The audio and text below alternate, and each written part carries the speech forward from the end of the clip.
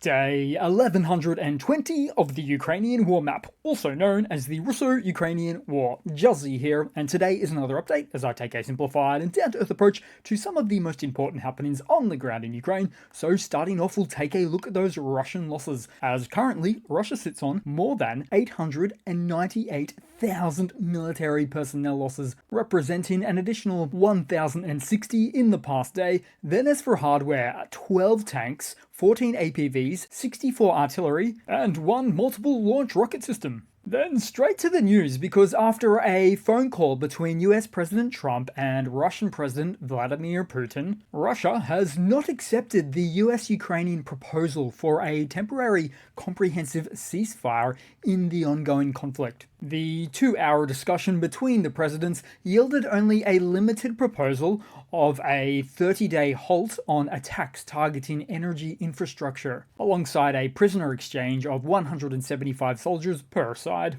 However, mere hours after the call, Russia struck an energy facility in Slavyansk in the Donetsk region, leaving 50% of the city without electricity. Actions like these raise immediate questions about whether the Kremlin was acting in good faith, as they performed these types of strikes not long after agreeing to the immediate halt to strikes on energy sites. Now, President Zelensky communicated his openness to the revised ceasefire proposal, stating that he awaits on the in-depth details of such a truce. However, he also clarified that the imminent exchange of 175 prisoners of war is not a recent development, but rather a carefully planned arrangement that has been in the works for some time now between Ukraine and Russia, thereby highlighting the already known and deliberate nature of the upcoming exchange. So the Kremlin is not exactly extending much of an olive branch here.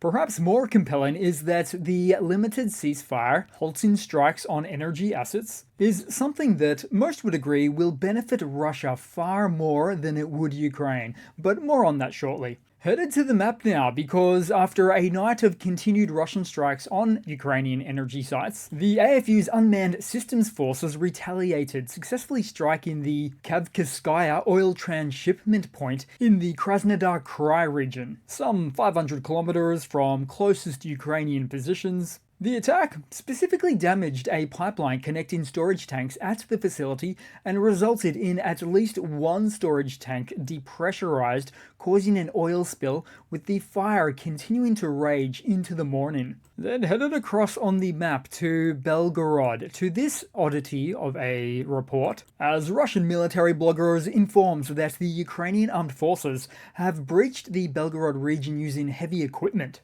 The supposed incursion has prompted an evacuation in the affected Belgorod district that's just beyond the border. However, as of now, there is no official confirmation from either side regarding these developments. The situation on the ground remains murky, with the Belgorod border region proven to be a challenging terrain for both sides, typically suited only for small-scale sabotage and reconnaissance operations. However, Ukraine's strategy of forcing Russian troops to engage in defensive operations along the northern border has proven to be a highly effective tactic. By keeping Russian forces preoccupied with incursions on their own territory, Ukraine has successfully diverted significant manpower away from the eastern front, thereby alleviating some of the pressure on its own forces in that critical region.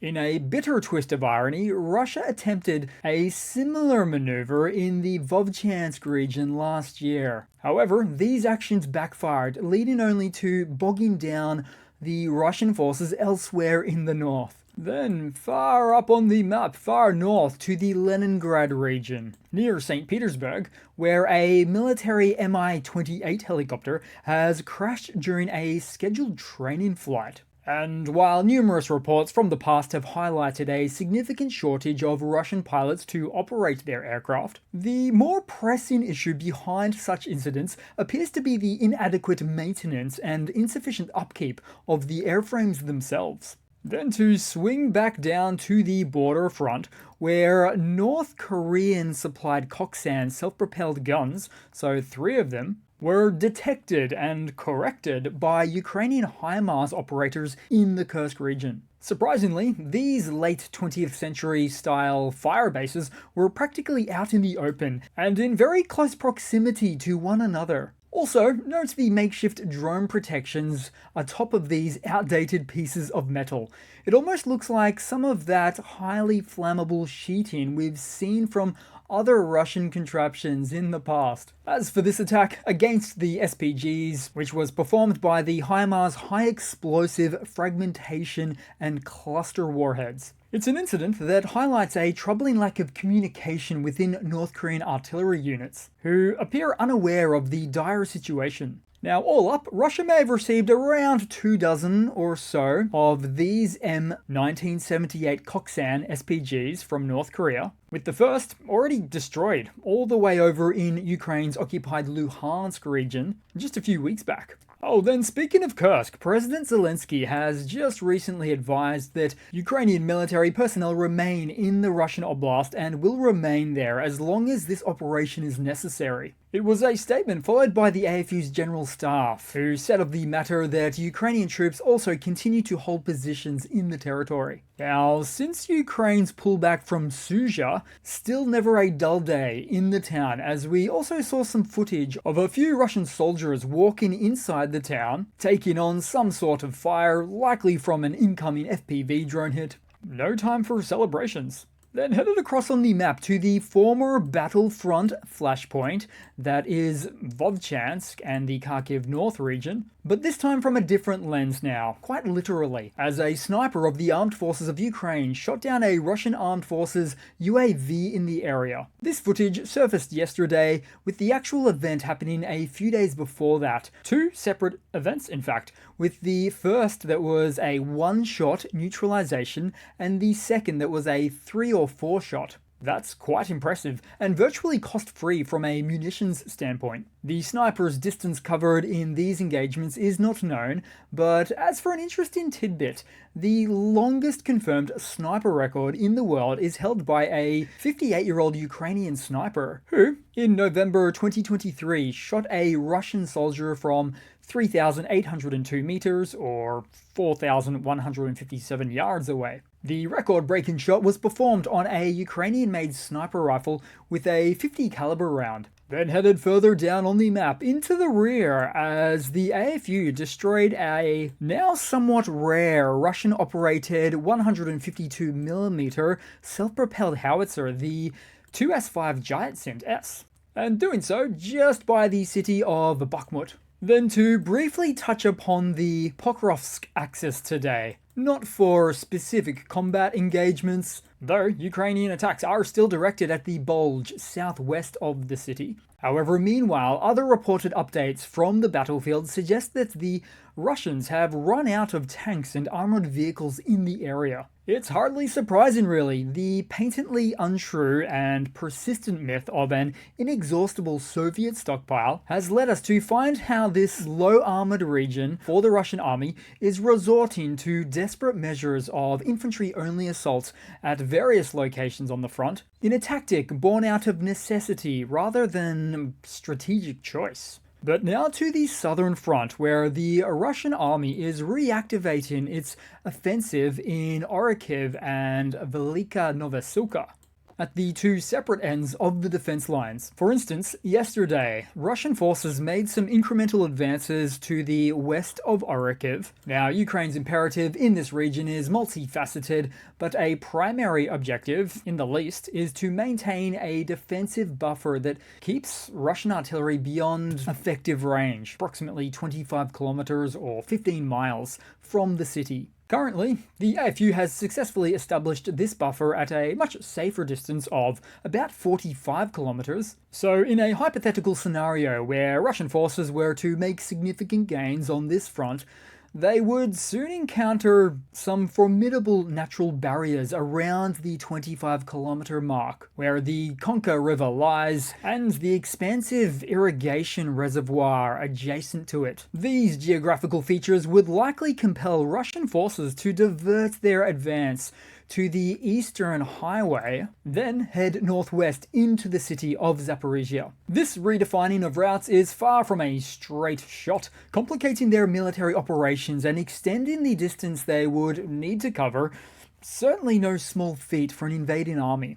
Then headed back to the news, where following Putin's rejection of the unconditional ceasefire proposal during a call with Trump, the call specifically consisted of the main following points. A. An energy infrastructure ceasefire. B. Technical negotiations on implementing a maritime ceasefire in the Black Sea at a later date. And C. A later full ceasefire and permanent peace. Those are possibly two separate occasions. And followed by D, negotiations to begin immediately in the Middle East. As for the first three parts relating to ceasefires and peace deals, well, given Putin's recent rejection of an unconditional short 30-day ceasefire, attempting to impose a great deal of preconditions on that proposal, it's a Kremlin sentiment that suggests that each negotiating step forward to a final peace deal likely only represents an increasingly or exponentially more difficult path to peace,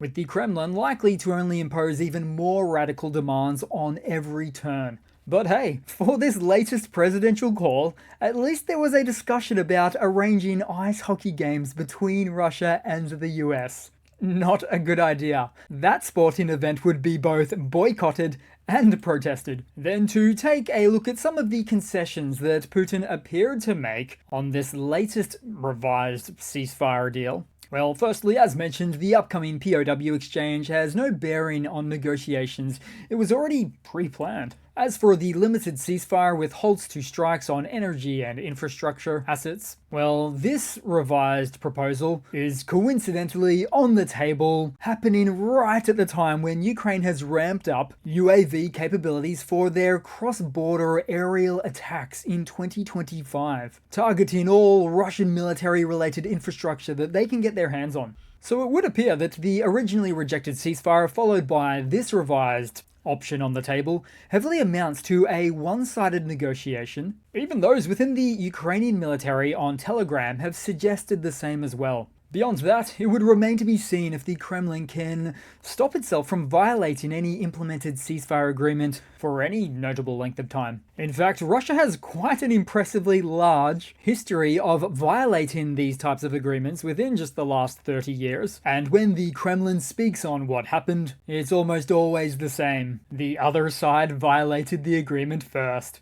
But why any of the other sides would choose to show aggression to a larger nuclear nation is beyond me. Just another classic Kremlin talking point. Meanwhile, Polymarket, a decentralized prediction market platform, currently assigns a mere 1% probability to the prospect of a ceasefire by this Friday.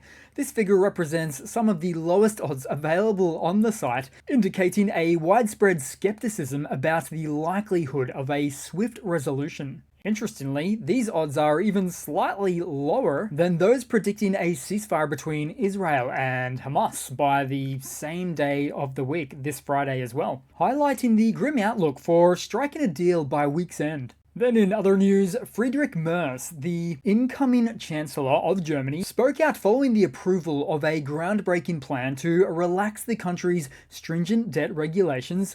This pivotal move will free up billions of euros to bolster Germany's defense and infrastructure, a necessary step in light of Russia's ongoing aggression. Merz stated emphatically, quote, "For decades we have lived with a false sense of security.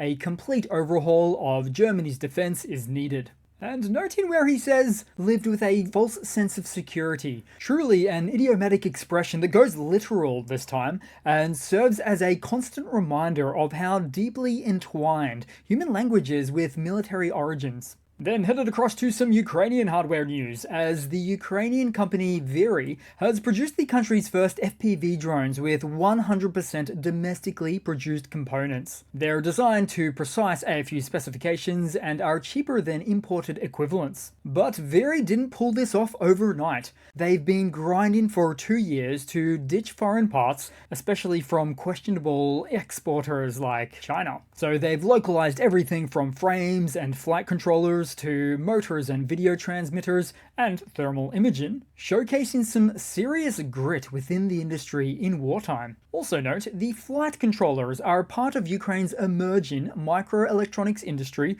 that is aiming for 50,000 chips produced monthly by year's end. It's all part of an ever-increasing drive to enhance their innovations as Ukraine aims to saturate the front lines, whilst also securing their supply chains as part of their own national interest.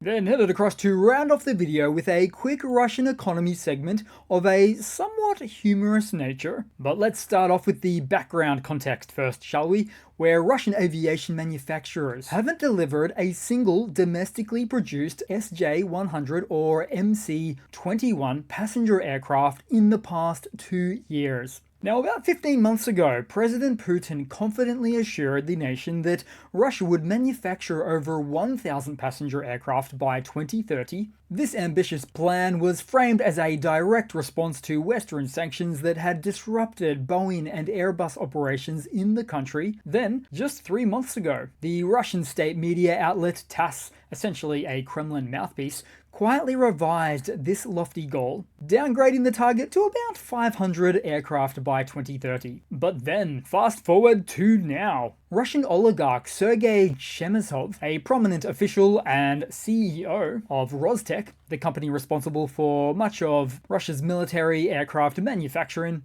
has now issued a more conservative forecast. He stated, in not so many words, that Russia needs to produce approximately 200 aircraft by 2030. Chemezov's statements sounded less like a prediction and more like a plea, or even perhaps a surrender to reality. Meanwhile, prices for domestic flights in Russia are on the rise as their passenger aircraft numbers dwindle. They continue to cannibalize parts from their existing Western fleets just to keep them in the skies. And what's worse, Russian airlines don't even own these jets. They're leased from Boeing and Airbus, with leases that have since expired, as you might guess. Now, Western leasers have demanded the return of these now stolen and often torn apart jets, where Russia holds a staggering 700 plus leased aircraft in total. Just imagine a world where Russian sanctions are lifted and global relations with the country are normalized. Even then, Russia still wouldn't have much of an aviation industry. Western plane manufacturers would likely say, hey, you owe us 700 planes now. You're not getting any more until you give us back the old ones first. So whichever way you look at it, Russia's civil aviation days are numbered for the masses. And the way things are headed with their poorly handled rail network, it suggests that traveling through the largest country in the world may become quite difficult for years, if not for decades to come. So that's it for today, guys. Thanks again for watching. Please feel free to like and comment, subscribe if not already. Thanks once again for all of the support, and I do hope to see all of you guys there in the next one. Cheers!